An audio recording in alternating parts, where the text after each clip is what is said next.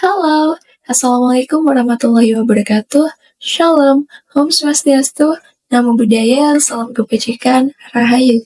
Halo teman-teman, perkenalkan nama aku Vika Armelia Putri dengan NIM 22040674142 selaku mahasiswa semester 4 jurusan Administrasi Publik kelas 2022C Universitas Negeri Surabaya. Di sini, saya akan mempresentasikan hasil review materi mengenai mata kuliah komunikasi dan advokasi kebijakan yang telah saya pelajari sebelumnya.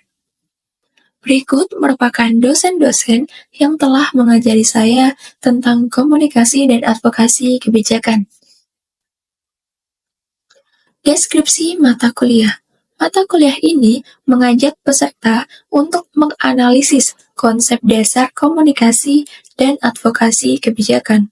Lalu apa saja sih konsep dasarnya? Yang pertama ada teknik komunikasi, yang kedua ada bentuk komunikasi, yang ketiga ada proses komunikasi, yang keempat ada bentuk kerja advokasi, dan yang kelima ada teknik advokasi. Pada pertemuan awal, kami diajari tentang pengertian komunikasi dari segi etimologis, ontologis, dan epistemologi. Yang kemudian dilanjutkan dengan unsur-unsur umum komunikasi menurut David K. Berlew. Ada SMCRE, S atau short, M atau message, C atau channel, R atau receiver, dan A atau effect. Yang selanjutnya ada strategi advokasi yang meliputi lobby, koalisi, kampanye, aksi massa, dan penelitian. Dan yang terakhir, kami belajar mengenai bentuk kerja dalam advokasi kebijakan.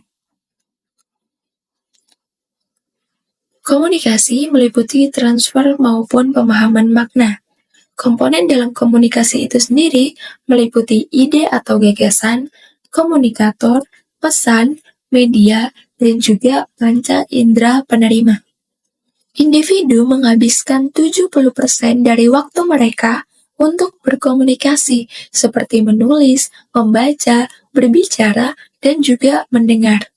Komunikasi adalah bagian penting dari mempengaruhi orang lain untuk memperoleh apa yang kita inginkan. Dalam proses komunikasi itu sendiri, selalu tidak berjalan dengan lancar. Selalu ada hambatan dalam proses komunikasi.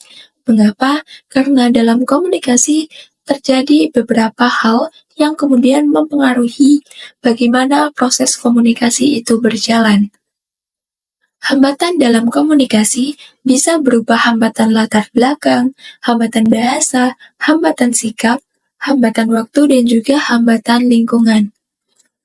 Selanjutnya ada bentuk-bentuk komunikasi. Yang pertama ada bentuk komunikasi intrapersonal, yaitu komunikasi dengan diri sendiri. Yang kedua ada komunikasi interpersonal, ataupun komunikasi antara diri sendiri dengan orang lain. Yang ketiga ada komunikasi kelompok. Komunikasi kelompok terjadi antara satu dengan dua orang atau lebih. Yang keempat ada komunikasi organisasi. Komunikasi organisasi dapat diartikan sebagai komunikasi antar manusia yang terjadi di dalam konteks organisasi. Dan yang terakhir ada komunikasi massa, yaitu komunikasi di mana organisasi media memproduksi dan menyebarkan pesan kepada publik secara luas.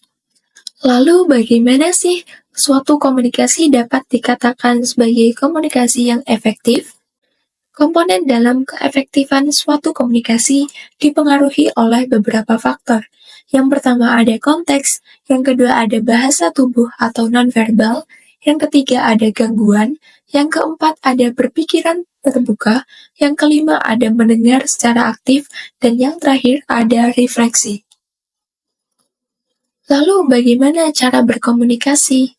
Apa yang harus kita perhatikan? Yang pertama ada intonasi suara.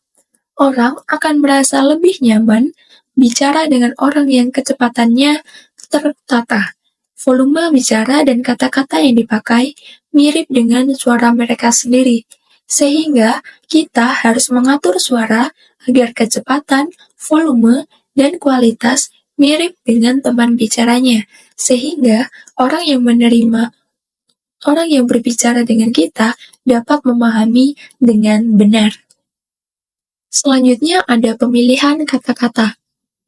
Kita harus mengenali kata-kata yang sering dipakai oleh lawan bicara, sehingga mereka akan mengerti apa yang akan kita bicarakan.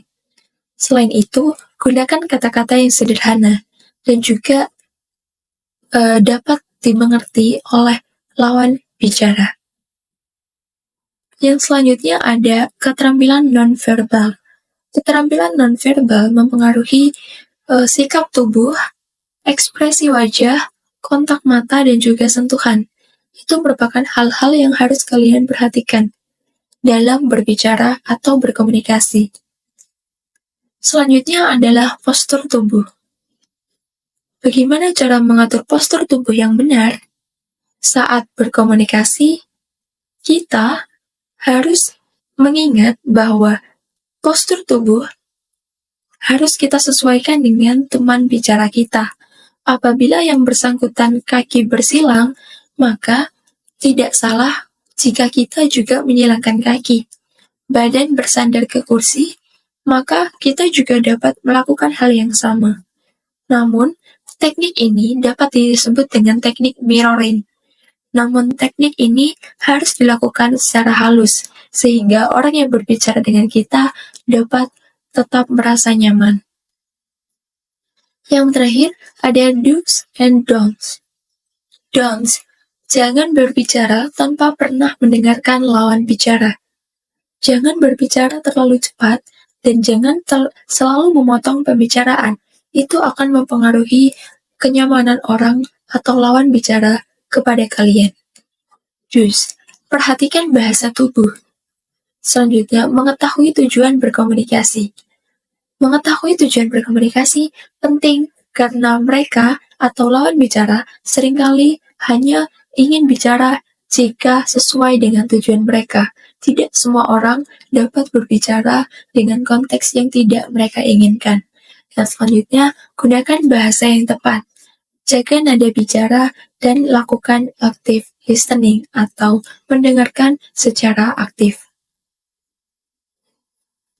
Selesai sudah bahasan yang saya sampaikan, kurang lebihnya saya mohon maaf. Terima kasih telah menonton video ini. Sampai jumpa di video lainnya. Bye-bye. Jangan lupa like, comment, dan subscribe ya guys. See you.